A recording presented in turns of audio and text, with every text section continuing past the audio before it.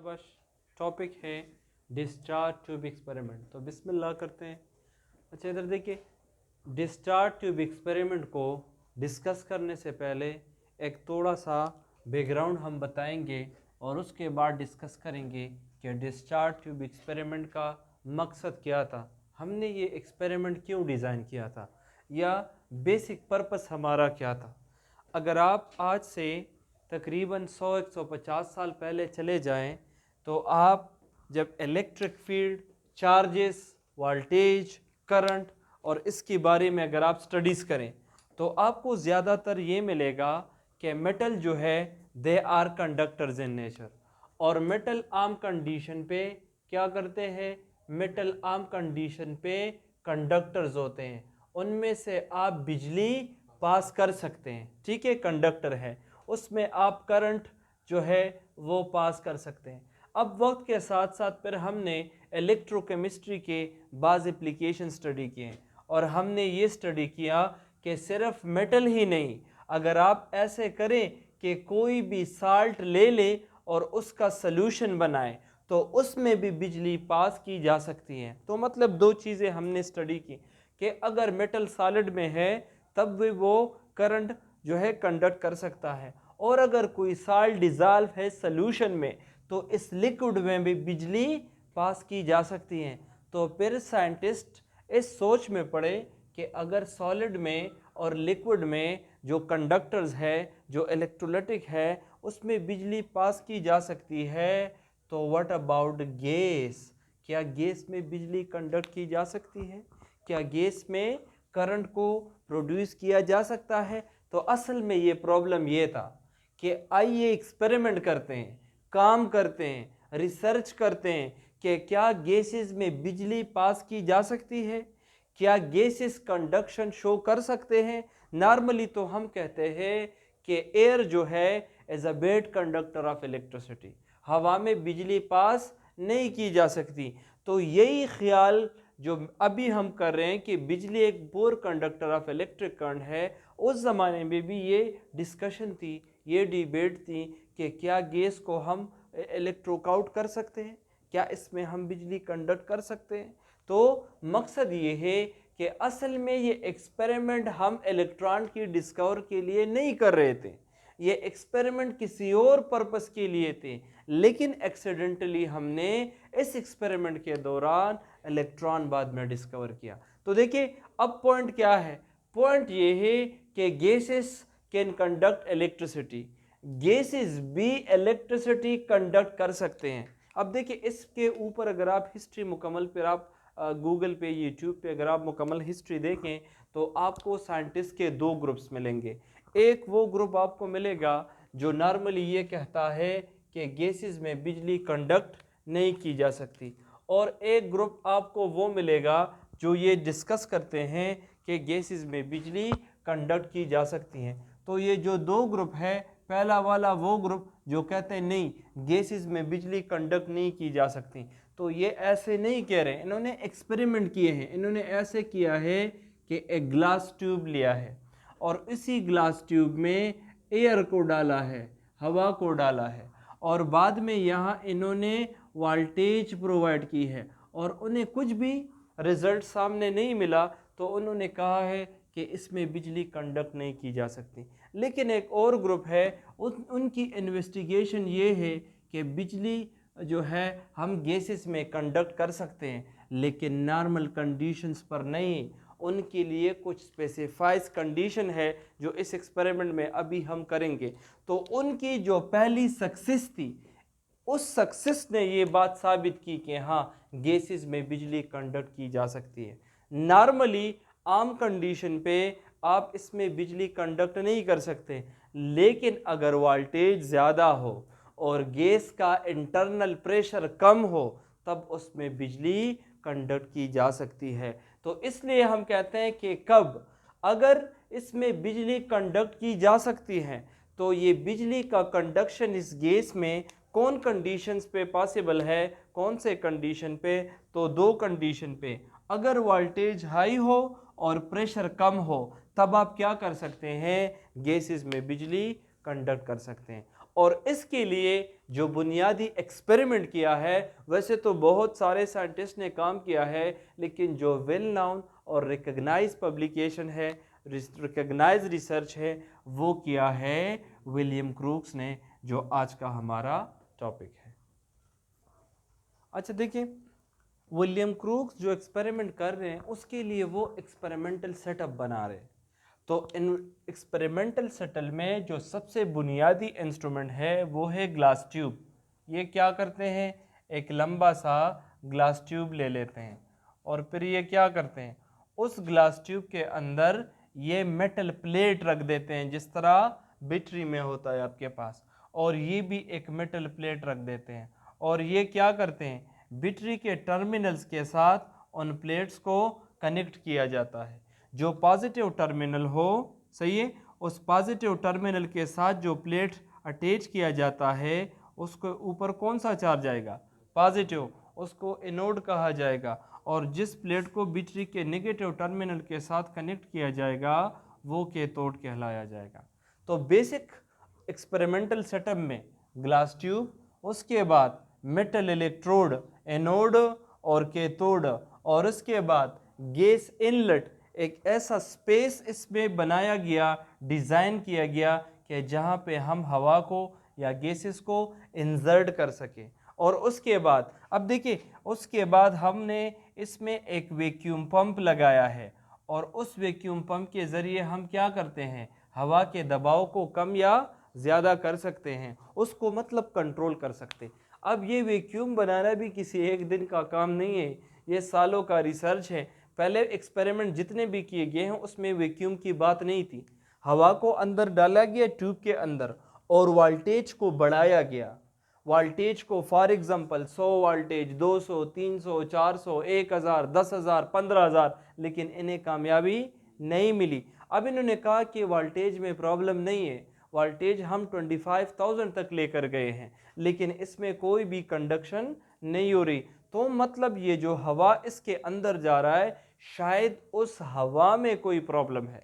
तो पहले तो अभी डिस्कस भी करेंगे। पहली बात तो ये है कि जब आप एयर पे एक्सपेरिमेंट करते हैं तो air is a mixture of different gases. इसमें से एक कोई पार्टिकुलर गैस तो नहीं है ना, इसमें बहुत सारे गैसेस का एक मिक्सचर है। तो शायद हर गैस की अपनी नेचर हो कि वो एक ख़ास वोल्टेज पे कंडक्शन करे और फिर ये कैथोड रेज, जिसको हमने बाद में नाम दिया, वो प्रोड्यूस करे। तो दूसरा तो ये प्रॉब्लम है। तीसरा ये प्रॉब्लम है, अगर एक ही गैस आप इस सिलेंडर के अंदर डालें, उसका अपना दबाव है जो कि इस एक्सपेरिमेंट में शायद एक इम्पॉर्टेंट रोल प्ले कर रहे हैं। तो फिर विलियम क्रूक्स ने क्या किया है, प्रेशर को छेड़ा है, प्रेशर को आहिस्ता आहिस्ता इन्होंने कम किया है, और तब जाके इनको कोई कामयाबी नहीं मिली। लेकिन एक थर्ड इन्होंने एक्सपेरिमेंट की है कि एक साइड से वोल्टेज इंक्रीज कर रहे हैं और दूसरी साइड से प्रेशर डिक्रीज कर रहे हैं। एक पॉइंट अभी हम स्टडी करेंगे, उसी पॉइंट पे इनको कामयाबी मिलती है, एक स्पार्क जनरेट हो जाता है, फिर एक यूनिफॉर्म ग्लो बनता है, जहाँ से डिस्कवरी ऑफ कैथोड रेज या इलेक्ट्रॉन्स की तरफ फिर डिफरेंट साइंटिस्ट जाते हैं। तो सेटअप में नेक्स्ट क्या है, वैक्यूम पंप, जिसकी मदद से हम हवा के दबाव को कंट्रोल कर सकते हैं। नेक्स्ट एक आपके पास क्या है, पावर सोर्स, जो बैटरी आप इस्तेमाल करते हैं जिससे आप वोल्टेज प्रोवाइड करते हैं, वो आपका पावर सोर्स है। और ये जो फ्लोरेसेंट स्क्रीन है, इसकी एप्लीकेशन बाद में है जब हम फ्लोरेसेंट स्टडी करेंगे। इन्होंने ऐसा किया था कि ये जो एनोड या कैथोड लिया है, सही है, ये सपोज़ मैंने एनोड लिया है और कैथोड रेज सपोज़ प्रोड्यूस होते हैं और इस डायरेक्शन से आते हैं और इसकी तरफ आते हैं, लेकिन वो रेडिएशन हमें नज़र नहीं आते। तो आप क्या करें, एक एमल्जन बनाए, ये अभी हम बताएंगे, एक एमल्जन बनाए। एमल्जन बनाए जिंक सल्फाइड का। जिंक सल्फाइड एक केमिकल है, इसका पाउडर ले ले और उसको लिक्विड में कन्वर्ट करें, सेमी सॉलिड टाइप, एमल्जन टाइप, जिस तरह टूथपेस्ट है आपका। आप क्या करें, आप एक और प्लेट ले लें जिस तरह एक्स-रे का जो वो होता है, सही है। तो आप क्या करें, इसके ऊपर ये एमल्जन आप क्या करें, इसके ऊपर डाल दें और इसको ड्राई करें और ये इसके सामने रखें, या इसी प्लेट के ऊपर एमल्जन जो है वो डाल दे। तो यहाँ से अगर कोई इलेक्ट्रॉन या कैथोड रे जाएगा, एनोड के साथ टकराएगा, तो ये फोटो एमिसिव मटेरियल है, जहाँ भी कोई चीज़ इसके साथ टकराता है तो ये चमक प्रोड्यूस करता है। तो इसका मकसद ये है कि हम फ्लोरेसेंस देख सकें, हम ये वेरीफाई कर सकें कि वाकई में कि तोड़ रेस का जो नेचर है वो रेडिएशन प्रोड्यूस कर सकता है या नहीं। अब देखिए आपके टीवी स्क्रीन में भी यही है, आपका जो टीवी स्क्रीन है जो एलसीडी के से पहले थे, जो क्लासिकल टीवी थे, आरसीओ जिसको कहते हैं कि तोड़ रे ऑसिलेटर वाला, तो इसमें जो है ये जो सामने आपको स्क्रीन नज़र आ रहा है इसके पीछे इन्होंने जिंक सल्फाइड का इमल्जन डाला है। तो इलेक्ट्रॉन जब सर्किट से आते हैं इलेक्ट्रॉन गन से और इसके साथ टकराते हैं तो क्या प्रोड्यूस करते हैं, चमक प्रोड्यूस करते हैं, जिसकी मदद से हमें इमेज नज़र आता है। तो ये वो बेसिक एक्सपेरिमेंटल डिज़ाइन है कि जिसकी मदद से विलियम क्रूप एक्सपेरिमेंट करते हैं। अब उसकी जो एक्सपेरिमेंट है उसके दो हिस्से हैं, उसकी जो वर्किंग है वो दो हिस्से हैं। पहला क्या है, वोल्टेज एक्सपेरिमेंट। पहले ये वोल्टेज को बढ़ाते थे लेकिन प्रेशर को ये कंसिडर नहीं करते थे, तो इन्होंने वोल्टेज को इंक्रीज करना शुरू किया। अब डिफरेंट बुक्स में वोल्टेज की जो वैल्यू है वो डिफरेंट मेंशन है, लेकिन नॉर्मली बाज़ बुक में ये 10,000 टू 25,000 है, बाज़ बुक में ये 10,000 टू 40,000 भी है, और जब आप एक्स रेस पढ़ते हैं तो वहाँ पे ये 50,000 भी हो सकते हैं। लेकिन ये जो रेंज है ये आपके कोर्स के साथ ज़्यादा रिलेटेड है, ये दोनों, ठीक है। तो जो आपके बुक में है फॉर एमसीक्यू यानी बोर्ड एमसीक्यू के लिए आपने अपने बुक को फॉलो करना है। तो देखिए वो क्या करते हैं, वो वोल्टेज बढ़ाते हैं, इस सोर्स का वोल्टेज आहिस्ता आहिस्ता बढ़ाते हैं लेकिन इन्हें कोई भी कामयाबी नहीं मिलती। अब ये क्या करते हैं, वोल्टेज को ऐसे ही रहने देते हैं। अब प्रेशर क्या करते हैं, कभी बढ़ाते हैं कभी कम करते हैं, लेकिन ज़्यादातर प्रेशर को ये रिड्यूस करते हैं, वैक्यूम पंप के ज़रिए हवा निकाल लें ताकि अंदर मॉलिक्यूल्स का दबाव कम हो, लेकिन फिर भी इनको कामयाबी नहीं मिलती। तो हमने अभी ये पढ़ा कि अगर आप सिर्फ वोल्टेज इंक्रीज़ करें तब भी कामयाबी नहीं मिलती, और अगर आप सिर्फ प्रेशर डिक्रीज़ करें तब भी कामयाबी नहीं मिलती। कामयाबी इनको कब मिली, तो कामयाबी तब मिली जब इन्होंने दोनों पैरामीटर्स को मेंटेन रखा। मेंटेन से मतलब ये है कि जब इन्होंने वोल्टेज बढ़ाना शुरू किया एक साइड से और दूसरे साइड से प्रेशर कम करना रिड्यूस किया, तो अब हम डिस्कस करेंगे एक पॉइंट पे इनको कामयाबी मिली जहाँ से इस एक्सपेरिमेंट का बाकायदा आगाज़ होता है। अच्छा, विलियम क्रूप्स की जो रिसर्च फाइंडिंग है जो आपके टेक्स्ट में है, उनके मुताबिक इन्होंने जब वोल्टेज को 5,000 से 10,000 तक मेंटेन किया और प्रेशर को ये कम करते चले गए और कम करते गए, जब प्रेशर की वैल्यू इतनी कम हुई 0.01 टार। पहले देखें, जब आप नॉर्मल कंडीशन पे एक्सपेरिमेंट करते हैं और सी लेवल पे वहाँ का प्रेशर होता है 1 atm और हम कहते हैं कि ये 760 टार के बराबर है। टार मीन मिलीमीटर, तो देखिए millimetre of mercury.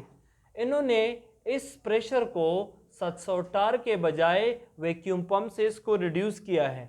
Suppose 500 tar, suppose फिर 499 और आप कम करते जाए 100 टार, फिर आपका है कि 1 टार, लेकिन फिर भी इनको कामयाबी नहीं मिलती। लेकिन जैसे ही ये वैल्यू 0.1 टार तक पहुंच जाती हैं तो इस ट्यूब में एक स्पार्क पैदा हो जाता है, एक चमक सी पैदा हो जाती है और इनको इस पॉइंट पे कामयाबी मिलती है। तो ये वो पॉइंट है कि जहाँ पे पहली सक्सेस इनके पास आ जाती हैं। तो वो साइंटिस्ट जो ये दावा कर रहे थे कि गैसेस में बिजली कंडक्ट की जा सकती है, उसकी प्रूफ हमें यहाँ से मिलती है कि जब आप वोल्टेज बढ़ाएं और प्रेशर को कम करें तब आप क्या कर सकते हैं, तब आप बिजली कंडक्ट कर सकते हैं। अब क्वेश्चन ये आता है माइंड में कि इसी 0.1 टार पे ये फ्लोरेसेंट क्यों प्रोड्यूस होती हैं, ये चमक क्यों प्रोड्यूस होती हैं। तो देखिए इसको कहते हैं फ्लोरेसेंट फिनोमेनन। अभी हम डिस्कस करेंगे इसको। एक हम कहते हैं रिसर्च केमिस्ट्री में ल्यूमिनेसेंस कहते हैं। तो ल्यूमिनेसेंस के दो टाइप्स हैं, एक को फ्लोरेसेंस कहते हैं, दूसरे को फास्फोरेसेंस कहते हैं। तो ये जो अचानक स्पार्क पैदा होती है ये फ्लोरेसेंस की वजह से पैदा होती हैं, जो अभी हम डिस्कस करेंगे। इन्होंने फिर क्या किया, विलियम क्रूक ने ये सोचा कि जब मैं वैक्यूम पंप के ज़रिए प्रेशर रिड्यूस कर रहा हूँ, तो अगर मैं इस 0.1 से मज़ीद और रिड्यूस करूँ तो फर्दर क्या होगा। तो जैसे ही इन्होंने ये प्रेशर 0.1 से 0.01 तक कम की, तो अब हमें वाज़ेह तरीके से उस ट्यूब में क्या मिला, चमक मिला, ग्लो मिला।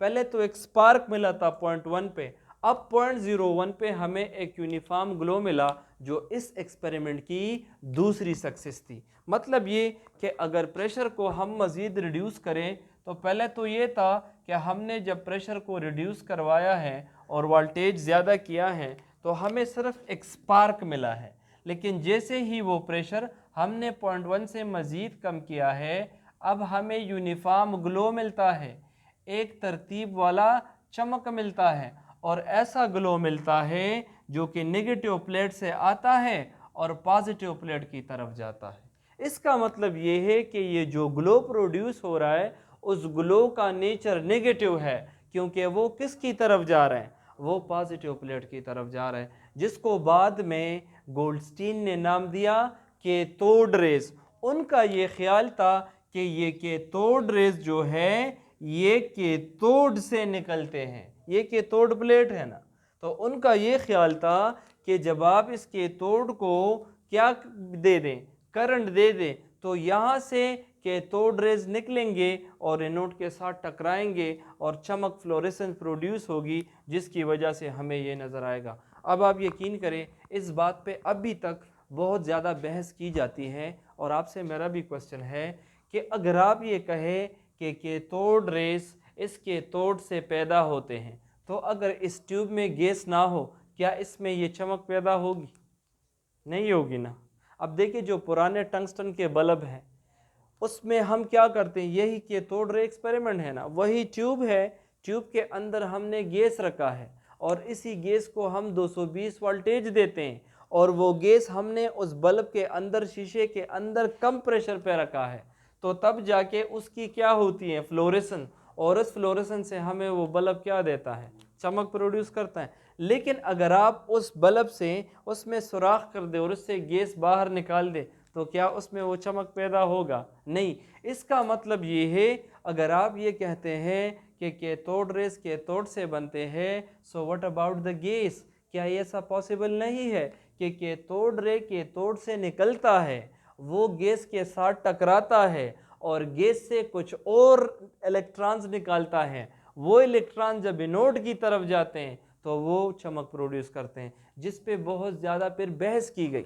और बहस ये है कि जब आप कहते हैं कि कैथोड रेज कैथोड से पैदा होते हैं, तो जब आपने गैस डाला है तब ये चमक प्रोड्यूस होता है, लेकिन जब गैस ना हो तो ये चमक प्रोड्यूस नहीं होता। इसका ये मतलब है, अगर मैं आर्गन गैस कंसिडर करूं, आर्गन गैस का एटॉमिक नंबर क्या है, उसका एटॉमिक नंबर 18 है। उसका मतलब ये है कि उसके जो आखिरी शेल है वो बिल्कुल क्या है, वो बिल्कुल कंप्लीट है, उसमें 18 इलेक्ट्रॉन है। अगर मैं ये न्यूक्लियस कंसिडर करूं और मैं इस 18 इलेक्ट्रॉन को कंसिडर करूं कि ये आर्गन के बाहर शेल में है, और ये वो गैस ट्यूब है जिसमें मैंने आर्गन गैस को रखा है, और ये वो ट्यूब है जिसको हम कैथोड कहते हैं, यानी ये हमने बैटरी के नेगेटिव टर्मिनल के साथ कनेक्ट किया है और ये हमने पॉजिटिव के साथ, तो इस पे नेगेटिव चार्ज आएगा, और जो पॉजिटिव के साथ हमने कनेक्ट किया है उसके ऊपर पॉजिटिव चार्ज आएगा।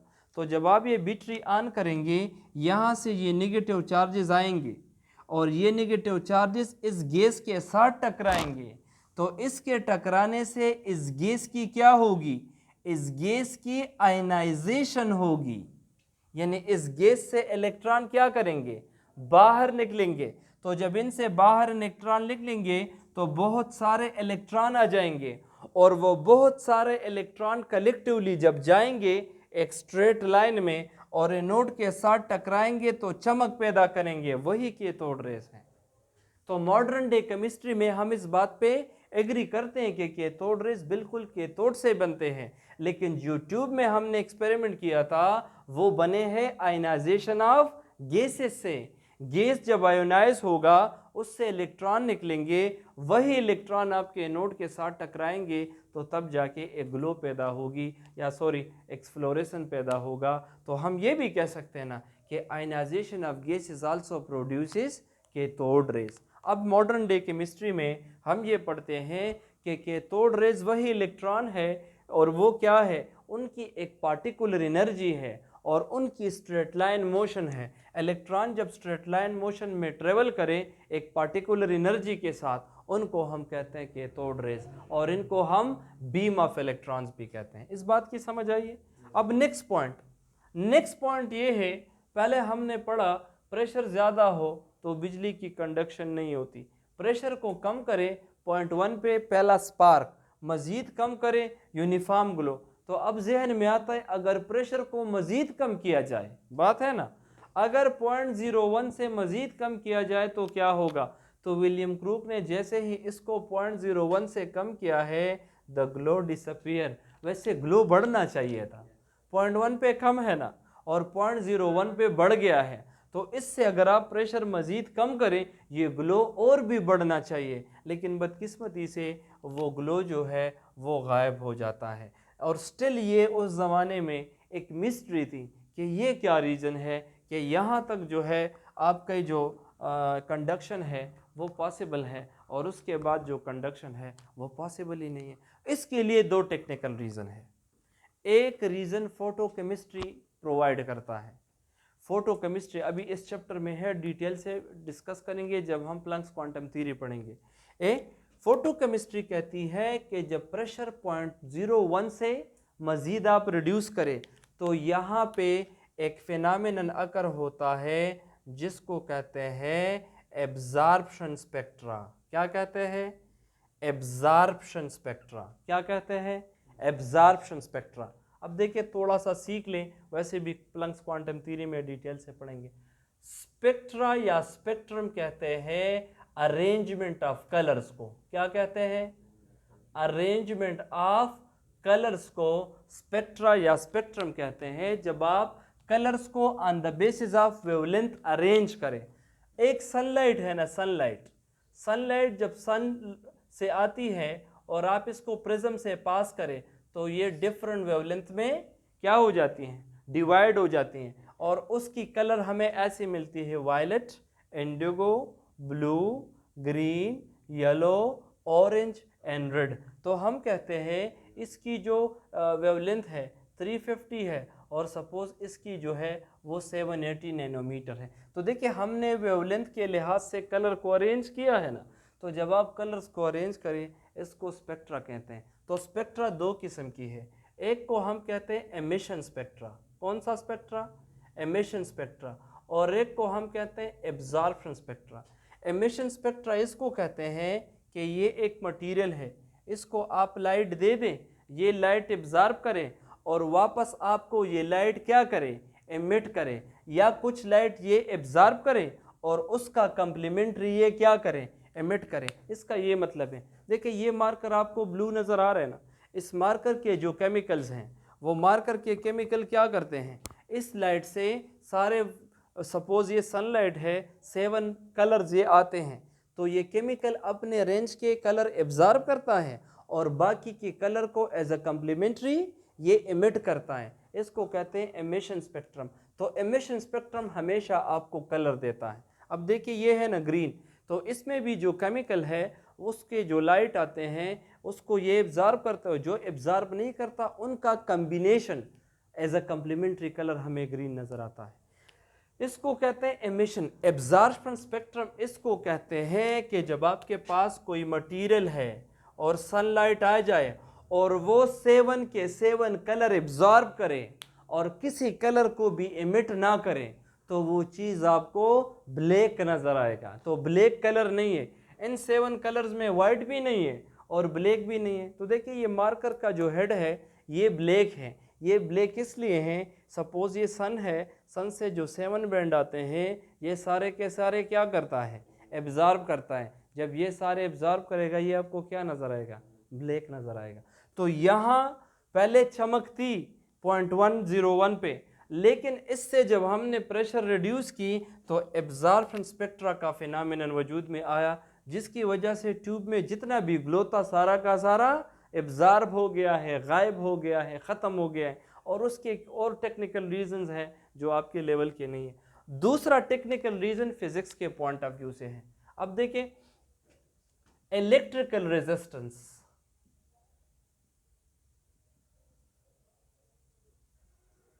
अब देखिए जब आप किसी भी मटेरियल में बिजली पास करते हैं, उसमें ज़्यादा इलेक्ट्रॉन जनरेट करते हैं, वोल्टेज बढ़ाते हैं, तो इलेक्ट्रॉन एमिशन ज़्यादा होगी ना जितना वोल्टेज बढ़ाएंगे।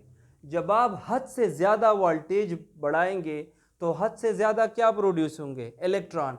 तो बहुत सारे इलेक्ट्रॉन एक दूसरे को रास्ता नहीं देंगे और सारे एक दूसरे के साथ क्या करेंगे, टकराएंगे, और गैस के साथ भी फिर वो इंटरेक्शन नहीं कर सकेंगे। बहुत कम वॉल्यूम में बहुत सारा गैस भी है, बहुत सारे इलेक्ट्रॉन भी है, और प्रेशर आपने मज़ीद कम किया है तो आपने इलेक्ट्रिकल रेजिस्टेंस जो है वो इंक्रीज की है, जिसकी वजह से इलेक्ट्रॉन की कंडक्शन नहीं होगी, इलेक्ट्रॉन आगे जाएगा नहीं, गैस को आयोनाइज नहीं करेगा, जिसकी वजह से 0.01 के बाद आपको कंडक्शन नहीं मिलेगी। अब आजकल हमने डिफरेंट गैसेस 0.01 से भी नीचे उसकी कंडक्शन की है। उस ज़माने में इनको ये भी नहीं पता था, बाद में और साइंटिस्ट ने फिर इस पे काम किया है कि कैथोड रेज आया किन किन फैक्टर्स पे डिपेंड करता है, ऐसी कौन कौन सी चीज़ें हैं जिसकी वजह से कैथोड रेज को चेंज किया जा सकता है, जो अभी हम डिस्कस करेंगे। अच्छा, टेस्ट में कभी कभार इस पे क्वेश्चन आते हैं कि कैथोड रेज किन किन चीज़ों पे डिपेंड करती हैं। तो पहले तो एक्सपेरिमेंटली अगर आप देख लें तो कैथोड रेज वोल्टेज पे डिपेंड करती हैं, क्योंकि जब आप वोल्टेज बढ़ाएंगे तब एक ख़ास वैल्यू आएगी और उसकी वजह से उसके कैथोड रेज की जनरेशन है वो होगी। दूसरा, अभी हमने पढ़ा प्रेशर, प्रेशर आम कंडीशन पे कैथोड रेज जनरेट नहीं करता, लेकिन लो प्रेशर पे वो कैथोड रेज जनरेट कर सकता है। तीसरा है लेंथ ऑफ द ट्यूब, ये इंपॉर्टेंट पॉइंट है, लेंथ ऑफ द ट्यूब पे भी कैथोड रेज डिपेंड करते हैं। अब देखें आपसे एक क्वेश्चन है, ये मैं एक कैथोड रे एक्सपेरिमेंट कर रहा हूँ, एक ट्यूब ये है, दूसरा ये है और तीसरा ये है। अब इधर देखें, इस कैथोड रे ट्यूब में भी हमने सपोज एक गैस रखा है, सिमिलर गैस दूसरे में भी है और सिमिलर गैस तीसरे में भी है। अब देखिए कैथोड रे ट्यूब का जो लेंथ है, इससे मुराद ये है अगर लेंथ ज़्यादा है ट्यूब का तो गैस के लिए ज़्यादा स्पेस अवेलेबल है, तो इलेक्ट्रिकल रेजिस्टेंस कम होगी। जब इलेक्ट्रिकल रेजिस्टेंस कम होगी तो कैथोड रेज की जनरेशन क्या होगी, ज़्यादा होगी। जब आपके पास उस ट्यूब का लेंथ कम होगा, इलेक्ट्रिकल रेजिस्टेंस ज़्यादा होगी, तो कैथोड रेज आसानी से नहीं बनेंगे। अच्छा, कभी कभार ये क्वेश्चन पूछा जाता है कि क्या cathode rays nature of the gas पे डिपेंड करता है। मतलब क्या है, मतलब ये है, ये एक कैथोड रे ट्यूब है, हमने सबसे पहले इसमें हाइड्रोजन गैस डाला और हाइड्रोजन गैस ने कैथोड रेज जनरेट किए, फिर हमने इसमें ऑक्सीजन गैस डाला, उसने भी कैथोड रेज जनरेट किए, फिर हमने आर्गन गैस डाला, नियान गैस डाला। तो क्या इनके जो कैथोड रेज बनेंगे ये सेम होंगे या डिफरेंट होंगे? हाइड्रोजन के जो कैथोड रे हैं, ऑक्सीजन के हैं या आर्गन के हैं, क्या ये कैथोड रे सेम होंगे या डिफरेंट होंगे? एक तो ये क्वेश्चन ऐसे किया जाता है कि क्या cathode rays nature of the gas पे डिपेंड करते हैं, तो नो, कैथोड रेज किसी गैस के नेचर पे डिपेंड नहीं करते हैं। हाइड्रोजन से जो कैथोड निकलते हैं उसी तरह के कैथोड रेज ऑक्सीजन से निकलते हैं, उसी तरह के कैथोड रेज आर्गन से निकलते हैं, और इसकी एक रीज़न है। अब देखिए, अगर आप हाइड्रोजन गैस कंसिडर करें, उसका एटॉमिक नंबर हाइड्रोजन का 1 है, सो 2 हाइड्रोजन के पास इलेक्ट्रॉन की तादाद क्या है, 2। जब आप हाइड्रोजन को आयनाइज करेंगे इस ट्यूब में तो 2 इलेक्ट्रॉन पैदा करेंगे। अब जब आप हीलियम को आयनाइज करते हैं, उसका भी एटॉमिक नंबर क्या है, 2 है, वहाँ भी आप 2 इलेक्ट्रॉन आयनाइज करते हैं। अब जब आप सपोज नियान करते हैं, नियान का एटॉमिक नंबर 10 है, जब आप इसको आयनाइज करेंगे तो 10 इलेक्ट्रॉन वहाँ से निकलेंगे। अब जब आप आर्गन करेंगे, उसका एटॉमिक नंबर 18 है, तो वहाँ से 18 इलेक्ट्रॉन्स आयोनाइज होंगे। अब देखिए, यहाँ से जो इलेक्ट्रॉन आयोनाइज होता है उसकी तादाद कम है मगर नेचर तो सेम है। यहाँ जो इलेक्ट्रॉन है और उसके ऊपर जो चार्ज है, सही है ना, वही चार्ज नीचे इलेक्ट्रॉन पे भी है, वही मास नीचे इलेक्ट्रॉन पे भी है और वही चार्ज इस इलेक्ट्रॉन पे भी है। तो तमाम के तमाम इलेक्ट्रॉन्स क्या है, तमाम के तमाम इलेक्ट्रॉन सेम है। इसका जो इलेक्ट्रॉन है सिमिलर इलेक्ट्रॉन इसका भी है। वो अलग बात है कि इसके 2 हैं और इसके 18 हैं, वो तो अलग बात है कि ये ज़्यादा है, मगर सारे के सारे इलेक्ट्रॉन्स क्या है, सेम है। जो मास इस इलेक्ट्रॉन का है वो इसका भी है, वो इसका भी है, वो इसका भी है। जो चार्ज इसका है वो इसका भी है, इसका भी है, जो अभी फिर हम डिस्कस करेंगे। 1.6 मल्टीप्लाई -19 कोलम इसका भी है, इसका भी है, इसका भी है। मास इसका 9.11 -31 kg, इसका भी, इसका भी, इसका भी। तो मतलब ये है कि ये नेचर ऑफ द गैस पे डिपेंड नहीं करता। अगर आप हाइड्रोजन को इस्तेमाल करते हैं तब भी के तोड़रे वही होगा जो आपके पास नियान के लिए है। लेकिन एक क्वेश्चन है, तो देखिए पहले तो क्वेश्चन ये है कि which element has characteristic X rays, मतलब किसकी एक्स रेज एक दूसरे से डिफरेंट है। तो डिफरेंट नहीं होती, तो ऑप्शन है नन, सबकी एक्स रेज सेम है। लेकिन अगर क्वेश्चन आ जाए, ये इंपॉर्टेंट पॉइंट है, याद रखिएगा कि the intensity of cathode rays for different gases is option A same, option be different. कौन सा जवाब होगा? अब देखिए cathode ray nature of the gas पे डिपेंड नहीं करती। यहाँ से जो कैथोड रे निकलता है एग्जैक्टली यहाँ से भी निकलता है एग्जैक्टली। इसका मतलब ये है मुझे ऑक्सीजन चाहिए ना, सेम ऑक्सीजन आपको चाहिए, सेम ऑक्सीजन उसको भी चाहिए और सेम ऑक्सीजन उसको भी चाहिए। कार्बन डाइऑक्साइड सेम मैं भी रिस्पायर करता हूँ, आप भी, आप भी, आप भी। तो ये हमारे नेचर पे डिपेंड नहीं करता। लेकिन अमाउंट ऑफ ऑक्सीजन टेकन, मेरे लंग का साइज एक तरह का है, आपका दूसरी तरह का, आपका तीसरी तरह का, आपका चौथी तरह का। तो गैसेस जब कैथोड रे पैदा करते हैं तो सारे के सारे कैथोड रे सेम है मगर उनकी इंटेंसिटी डिफरेंट होगी। यहाँ पे 2 इलेक्ट्रॉन प्रोड्यूस होते हैं तो इंटेंसिटी क्या है, शिद्दत उसकी कम है। यहाँ पे शिद्दत कम है, यहाँ पे 10 इलेक्ट्रॉन तो शिद्दत ज़्यादा है और 18 इलेक्ट्रॉन को तो शिद्दत सबसे ज़्यादा होगा। तो समझ तो आती है ना। तो नेचर पे डिपेंड नहीं करता, लेकिन इसकी जो इंटेंसिटी है वो गैसेस पे डिपेंड करती हैं। अब देखिए नेक्स्ट जो अभी मैंने एक पॉइंट बताया था कि फ्लोरेसेंस और फास्फोरेसेंस क्या है, तो ये फोटोल्यूमिनेसेंस के प्रोसेस है। मतलब जहाँ पे लाइट इमिट होती है या स्पार्क प्रोड्यूस होते हैं, ये उसके 2 प्रोसेस हैं। एक को फ्लोरेसेंस कहते हैं और एक को फास्फोरेसेंस कहते हैं। फ्लोरेसेंस चमक प्रोड्यूस करने वाला वो प्रोसेस है कि जिसमें जब चमक प्रोड्यूस होती है तो वो चमक हाई वेवलेंथ की होती है मगर उसकी एनर्जी क्या होती है, कम होती हैं। इधर देखिए अभी राइटिंग ना करें।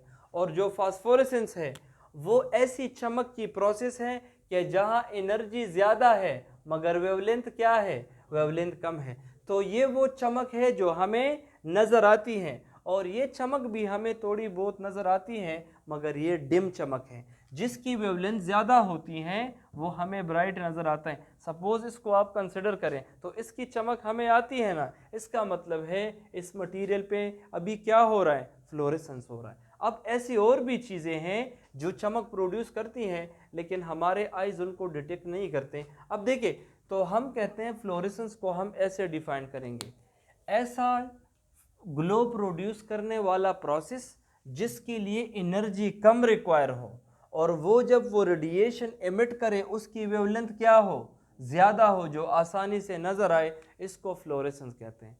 और ऐसा चमक प्रोड्यूस करने वाला प्रोसेस जिसके लिए एनर्जी ज़्यादा चाहिए मगर उसका वेवलेंथ इतना कम है कि वो हमें आसानी से नज़र नहीं आता। और इसके लिए एक की सीख लिए फिर आप नहीं भूलेंगे, एनर्जी और वेवलेंथ का अब क्या है, इनवर्स रिलेशन है यहाँ पे, ठीक है। एनर्जी और वेवलेंथ का यहाँ पे इनवर्स रिलेशन, अगर ये ज़्यादा है तो ये कम है और अगर ये ज़्यादा है तो ये कम है। लेकिन फ्लोरेसेंस को और फास्फोरेसेंस को टेक्निकली हम ऐसे डिफाइन करते हैं। इधर देखिए, ऐसा प्रोसेस जिसकी मल्टीप्लिसिटी 1 के बराबर हो उसको हम फ्लोरेसेंस कहते हैं। अब इसका क्या मतलब ये भी समझ आ जाएगा, बहुत ईजी है।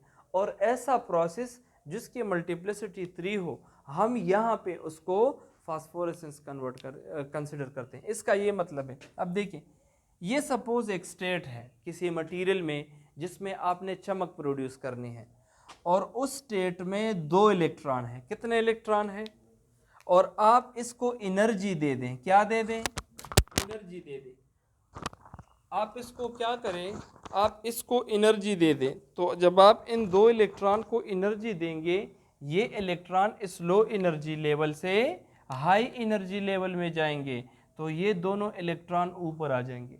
जब दोनों के दोनों इलेक्ट्रॉन ऊपर आ जाए और उनकी स्पिन चेंज ना हो, ए स्पिन से ये मतलब है एक इलेक्ट्रॉन को मैंने ऐसे रिप्रेजेंट किया है और दूसरे इलेक्ट्रॉन को मैंने ऐसे रिप्रेजेंट किया है, यानी एक इलेक्ट्रॉन जो है वो ऐसे घूम रहा है और दूसरा इलेक्ट्रॉन एक दूसरे के अपोजिट घूम रहे हैं, एक ही ऑर्बिटल में है, एक ही स्टेट में है, लेकिन एक क्लॉकवाइज है और दूसरा एंटी क्लॉकवाइज है। तो जब इलेक्ट्रॉन दोनों की स्पिन अपोजिट हो तो एक को हम कंसिडर करते हैं +1/2 और दूसरे को -1/2। तो opposite charges always cancel one another, ये एक दूसरे को कैंसिल करेंगे तो स्पिन की जवाब कितनी आएगी? 0। एक दूसरे को कैंसिल करते हैं। अब फार्मूले में पुट करें 2 अपनी जगह और S is for spin, S mean 0 + 1, 2 zeros are 0, 0 + 1 क्या आएगा? 1। तो अगर आपकी लेवल के लिए ये छोटी सी डिफिनीशन है, वैसे एडवांस लेवल पे और भी चीज़ें हैं लेकिन आपकी लेवल की नहीं है। अब फास्फोरेसेंस क्या है? फास्फोरेसेंस वो प्रोसेस है कि सपोज आप करें ये एक इलेक्ट्रॉनिक एनर्जी लेवल है और इसमें 2 इलेक्ट्रॉन है। अब आपने एनर्जी दे दी है, पहले एक इलेक्ट्रॉन क्लॉकवाइज है, इसका हेड ऊपर है और इसका हेड नीचे है। तो इस केस में ये ऊपर गए हैं लेकिन स्पिन इनका चेंज नहीं हुआ। इस केस में जब आपने इसको एनर्जी दी है तो एक ने स्पिन चेंज की है। तो जब एक स्पिन चेंज करे अब दोनों का स्पिन कैंसिल नहीं होगा, ये एक इलेक्ट्रॉन और ये दूसरा इलेक्ट्रॉन। तो देखिए अब दोनों एक ही डायरेक्शन में हैं। अगर इसको हम पॉजिटिव 1/2 कंसिडर करें और इसको भी 1/2, तो हाफ और हाफ को जब आप जमा करें क्या जवाब आएगा? हाफ और हाफ को जब जमा करेंगे क्या जवाब आएगा? 1। अब फार्मूले में पुट करें 2 × 1 + 1, 2 1s are 2, 2 + 1 3। तो जो कि तोड़ एक्सपेरिमेंट हमने पढ़ा उसमें मैंने आपको दिखाया कि वो ग्लो हमें नज़र आता है, मतलब उसमें कौन सा फिनोमेना नकर होता है? फ्लोरेसेंस। हमें वाज़ेह तौर पे उसकी चमक जो है वो सामने नज़र आती है।